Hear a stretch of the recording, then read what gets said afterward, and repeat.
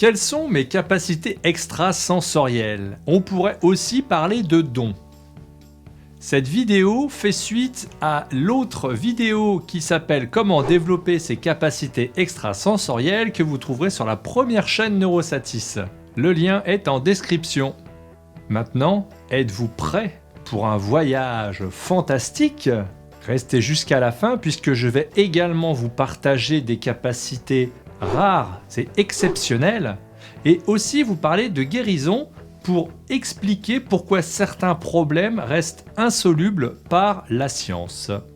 Tout de suite, mes capacités extrasensorielles et juste après, les miracles que je prodigue et je pèse mes mots.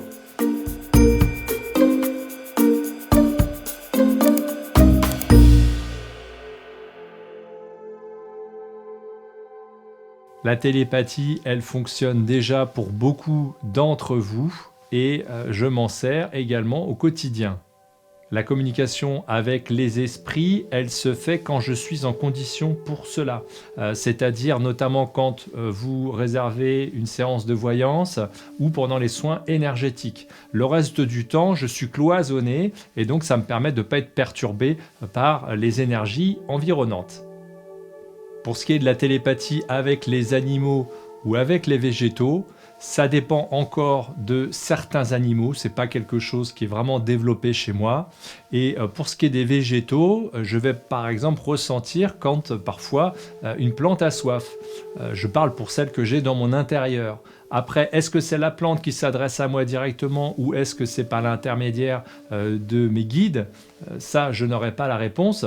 En tout cas, j'ai des ressentis quand même sur les plantes et notamment, j'ai un bonsaï dans mon bureau et je sais que lui, il me parle, il me dit « Tiens, je veux être là, il faut me déplacer à tel endroit, tiens, j'ai soif, etc. » Et j'avais aussi pendant un temps une culture de basilic et là aussi il y avait une bonne interaction avec eux. C'est vrai que je les avais beaucoup entretenus, je leur avais donné des prénoms et donc il y avait vraiment une liaison avec mes basilics. Donc là aussi, qu'est-ce que vous voulez entretenir avec les éléments, avec les végétaux ou avec les animaux?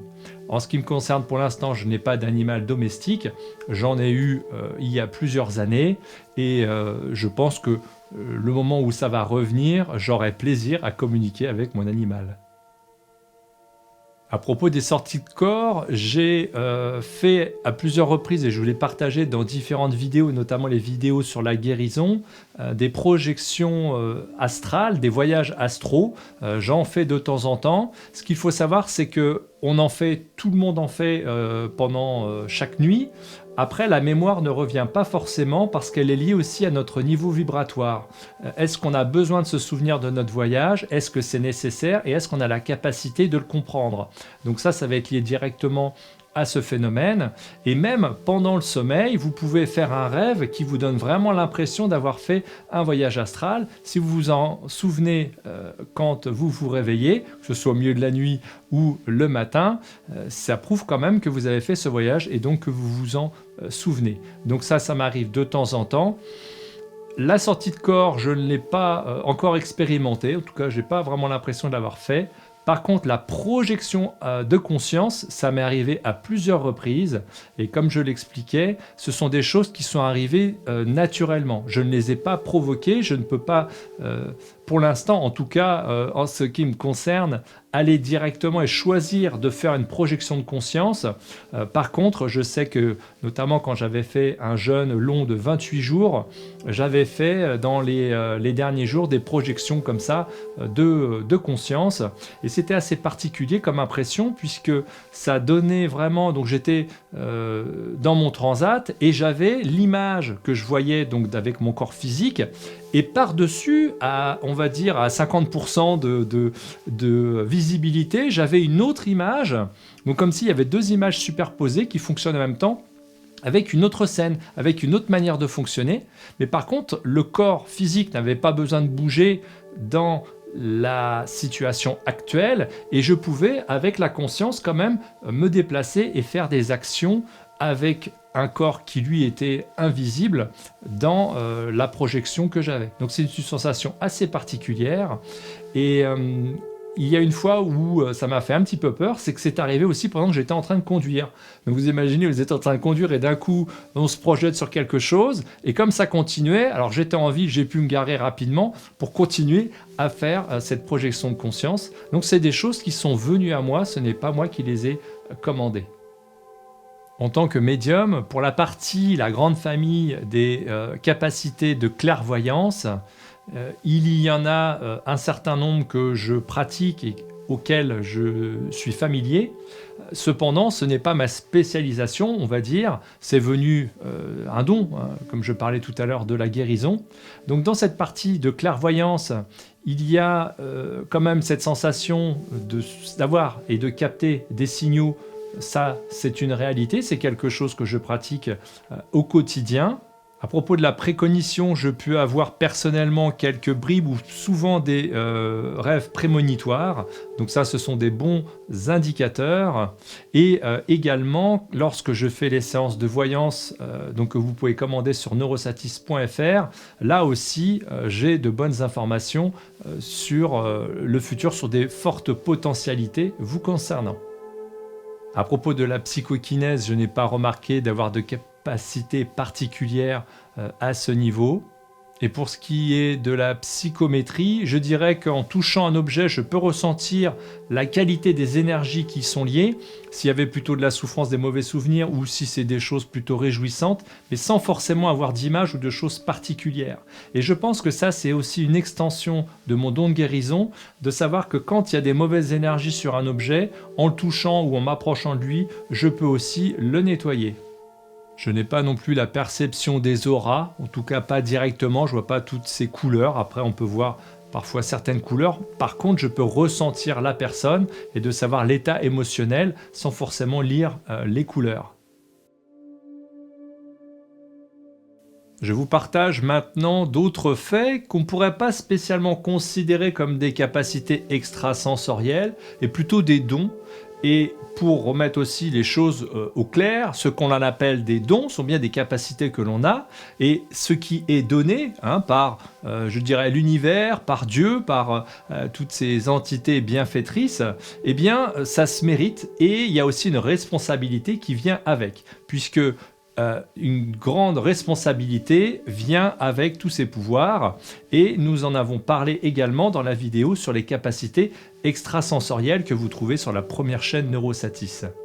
Dans les dons de guérison que je pratique, il y a donc tout ce qu'on peut trouver de guérison, on va dire, traditionnelle sur différents maux que l'on peut avoir dans le corps physique, qui sont liés aussi à des problèmes émotionnels et à des problèmes mentaux. Ce que je veux dire, c'est plus par rapport à des problématiques de la vie au niveau intellectuel qui font que ça nous bouleverse un peu au niveau, ou beaucoup parfois, des émotions et qui finit par se cristalliser dans le corps physique. Là où je voudrais insister ou vous apporter d'autres éléments, j'en ai parlé dans diverses émissions de guérison. D'ailleurs, la 6e arrive bientôt, donc pensez à vous abonner sur cette chaîne pour en être informé. Dans ces diverses émissions, comme je disais, j'ai pu expliquer d'autres facettes de la guérison à distance, et notamment d'agir sur d'autres plans de conscience que celui dont nous avons conscience, ce plan tridimensionnel plus le temps, puisque quand on sort de ça, quand on sort du continuum espace-temps, eh bien nous nous trouvons dans un système où il y a plus de dimensions et surtout le temps n'est plus comme on le connaît actuellement, puisque tout est maintenant. On parle du concept des vies antérieures.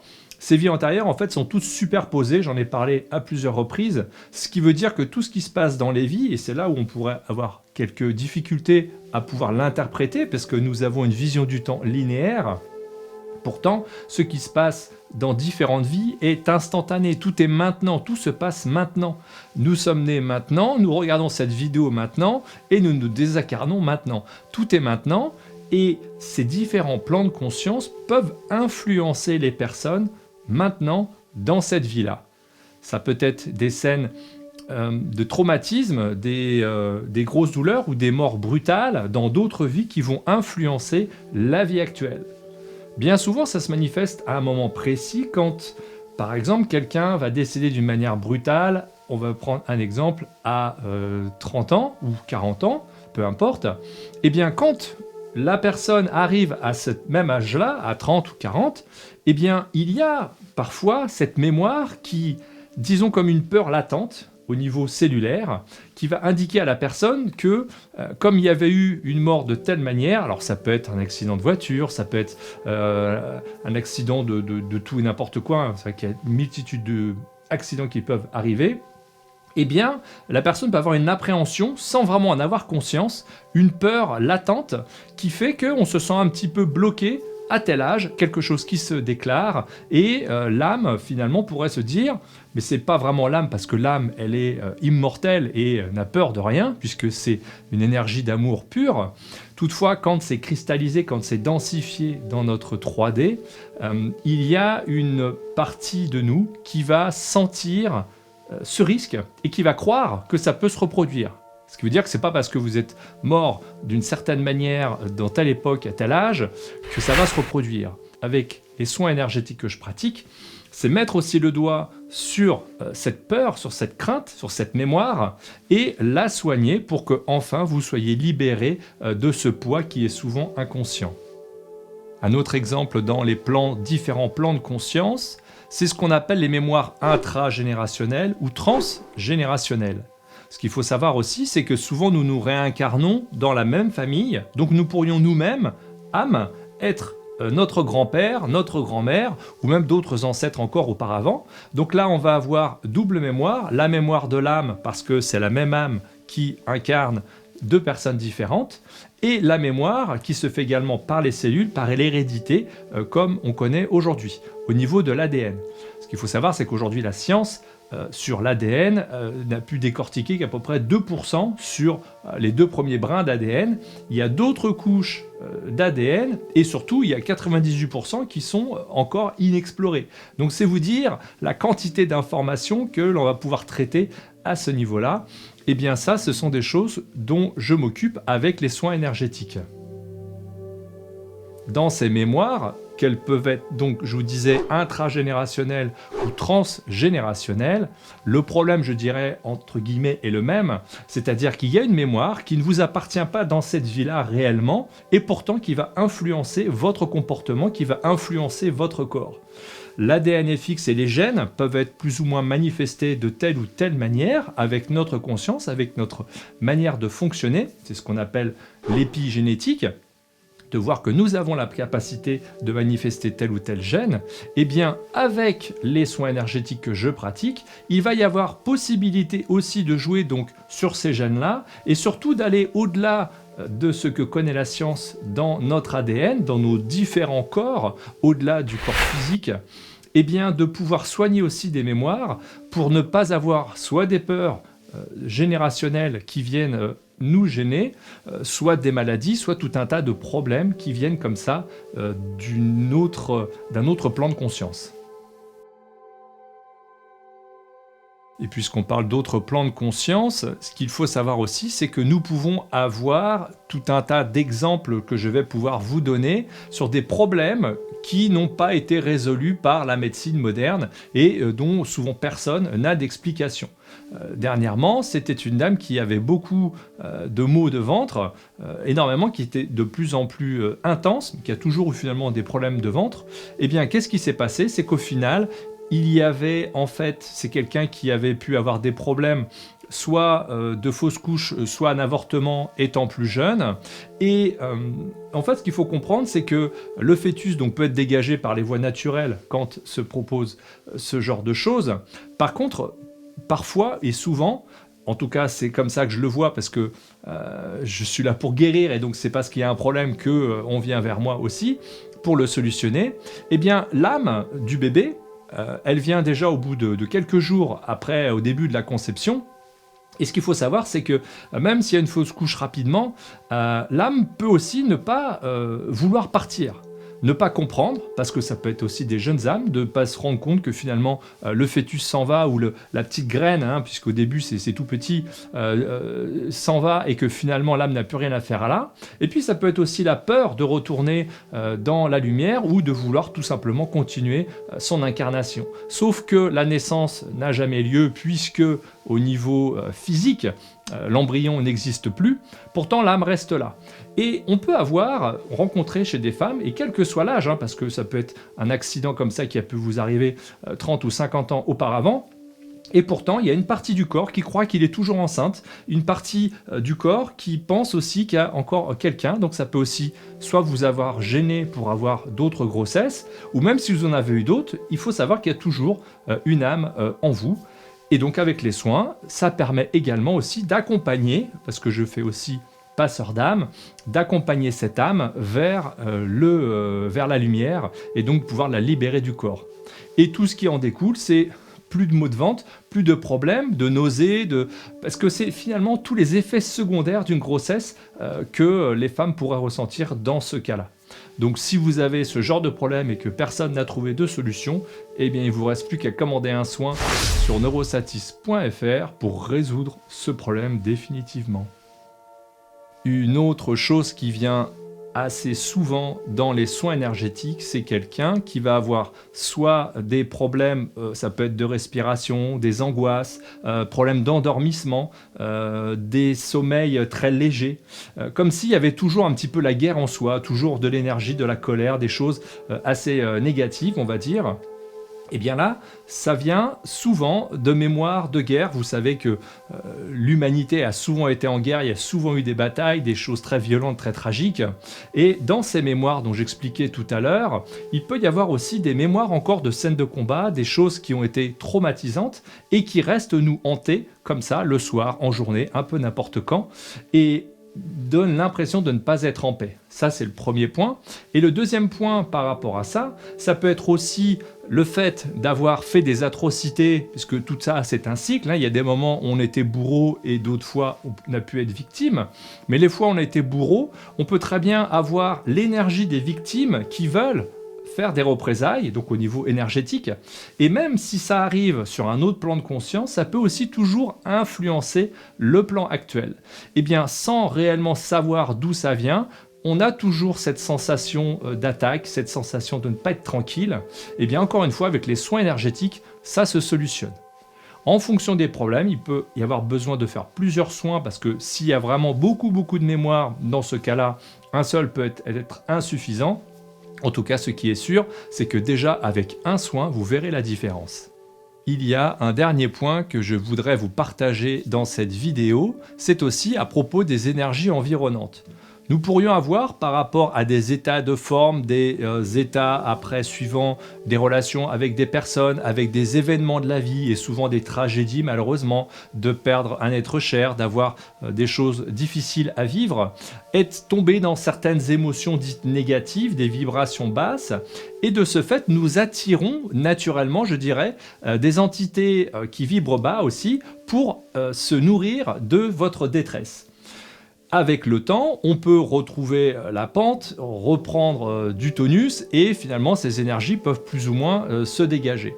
Mais parfois c'est un petit peu difficile et même si on est dans une bonne dynamique, eh bien il y en a qui sont quand même tenaces de ces énergies et qui vont être là aussi toujours pour nous tirer vers le bas, pour donner des informations négatives, pour, vous voyez, ces pensées qui sont toujours en train de vous rabaisser, eh bien ça souvent c'est ce contour énergétique de ces entités qui sont venues se fixer à un moment donné et qui ne veulent pas s'en aller et qui continuent à trouver un intérêt à vous ennuyer parce que ça fonctionne. C'est-à-dire que vous allez croire ces idioties et continuer à être d'une certaine manière tiré vers le bas. Avec les soins énergétiques, encore une fois, il y a des solutions puisque ça permet de nettoyer tout cet environnement, de repartir du bon pied. Et ce qu'il faut savoir, c'est que toutes ces énergies qui ont été retirées n'ont pas le droit de revenir. Ce qui est possible en revanche, c'est que si vous retournez dans un marasme, eh bien là, vous pourriez en attirer de nouvelles. Cependant, le soin permet de faire table rase, de vous refaire tout neuf au niveau de l'énergie, avec des bons conseils, avec souvent des protections, et de ce fait, eh bien c'est la porte ouverte à la joie, à la réjouissance, et de retrouver un état d'être comme avant la tragédie ou d'autres événements de la vie qui ont pu être difficiles pour vous. Et pour terminer, je vais parler des miracles, c'est-à-dire comme des interventions divines. Ce que je veux dire, c'est que dans les soins, certaines fois, il y a vraiment des énergies très puissantes qui viennent se joindre à moi. Alors, je suis toujours accompagné par des maîtres ascensionnés et d'autres énergies bienfaitrices, bien entendu. Je ne fais pas les soins tout seul. Et parfois, il y a certains maîtres, certaines énergies, donc je disais miraculeuses, qui viennent se greffer et qui produisent des effets très inattendus et toujours dans le bon sens. Je vous dis ça pour toujours vous autoriser des guérisons, des rémissions extraordinaires, puisque chaque cas est différent et souvent nous allons parler de prières, des gens qui vont prier, qui vont vraiment croire, qui vont vouloir aller mieux. Eh bien finalement, si vous tombez sur cette vidéo, vous avez prié, eh bien c'est peut-être aussi cette solution, c'est que je sois là pour pouvoir apporter la guérison. J'en tiens une petite anecdote. Quand j'allais il y a quelques années dans des églises évangéliques et j'avais présenté mes dons de guérison, et il y avait eu un petit peu une appréhension, et pour ceux qui côtoient ce genre d'établissement, vous savez qu'il y a aussi la grande crainte de se dire tiens, tu fais ça, c'est avec des mauvaises énergies, c'est le démon, c'est ceci, c'est cela. En ce qui me concerne, je travaille notamment avec Jésus-Christ et avec d'autres entités donc bienfaitrices. Ce qu'il y a, c'est qu'il y a des gens qui avaient prié pour des guérisons. Eh bien, en arrivant par hasard dans cette église, en fait, j'étais la réponse aux prières. Avec l'aide d'autres maîtres, comme je vous le disais, j'ai pu soigner des personnes. Et comme par hasard, quelques temps après que je sois passé par l'église, il y avait des gens qui allaient mieux, alors que les prières qui avaient été faites depuis des mois n'avaient rien apporté de particulier en matière de guérison. Donc, bien sûr, c'est quelque chose d'assez polémique de parler de ça, et c'est bien la première fois que je vous partage cette expérience. Vous pouvez me dire en commentaire ce que vous en pensez. Bien entendu, toutes les églises sont différentes. Il y a aussi au niveau de la religion, il y a encore plein de catégories. C'est pas pour juger, c'est juste pour dire que parfois, en revenant sur cette idée de miracle, de main divine, eh bien, vous pourriez très bien avoir une prière et que ce soit telle ou telle personne qui se présente à vous pour répondre à vos prières et donc pouvoir réaliser une guérison. Les capacités extrasensorielles nous invitent à un merveilleux voyage intérieur. Que vous soyez débutant ou déjà expérimenté, rappelez-vous que ces facultés sommeillent en chacun de nous, attendant patiemment d'être réveillées. Au-delà des techniques présentées, c'est surtout une aventure humaine et spirituelle qui s'offre à vous. En explorant ces capacités subtiles, vous apprenez à vous connaître plus profondément, à écouter votre sagesse intérieure et à vivre en harmonie avec les autres et le monde. Alors, chers amis, je vous invite à embrasser ce merveilleux voyage avec enthousiasme et sérénité. Ouvrez grand votre cœur et votre esprit, laissez la magie opérer. Votre intuition est votre plus précieux guide sur ce chemin de découverte et d'épanouissement. Que dit votre intuition en ce moment ? Vous laissez-vous porter par un soin énergétique à distance pour avoir une santé physique, émotionnelle et mentale impeccable ? Le lien est en description. Rappelez-vous, vous êtes infiniment plus puissant que vous ne l'imaginez. Chaque jour est une occasion d'éveiller un peu plus votre potentiel extrasensoriel et de vivre une vie riche de sens et de connexion. Alors, prêt à déployer vos ailes ? Je vous souhaite un merveilleux voyage intuitif, rempli de joie, de sagesse et de découvertes extraordinaires. Je vous invite à partager vos réflexions et vos expériences sur ces sujets passionnants. Ensemble, nous pouvons avancer sur le chemin de la connaissance et de la sagesse. Je vous remercie d'avoir suivi jusqu'au bout. Vous pouvez vous inscrire sur la newsletter de Neurosatis. Elle est gratuite et vous recevez comme ça des contenus inspirants. Soyez heureux et restez conscients.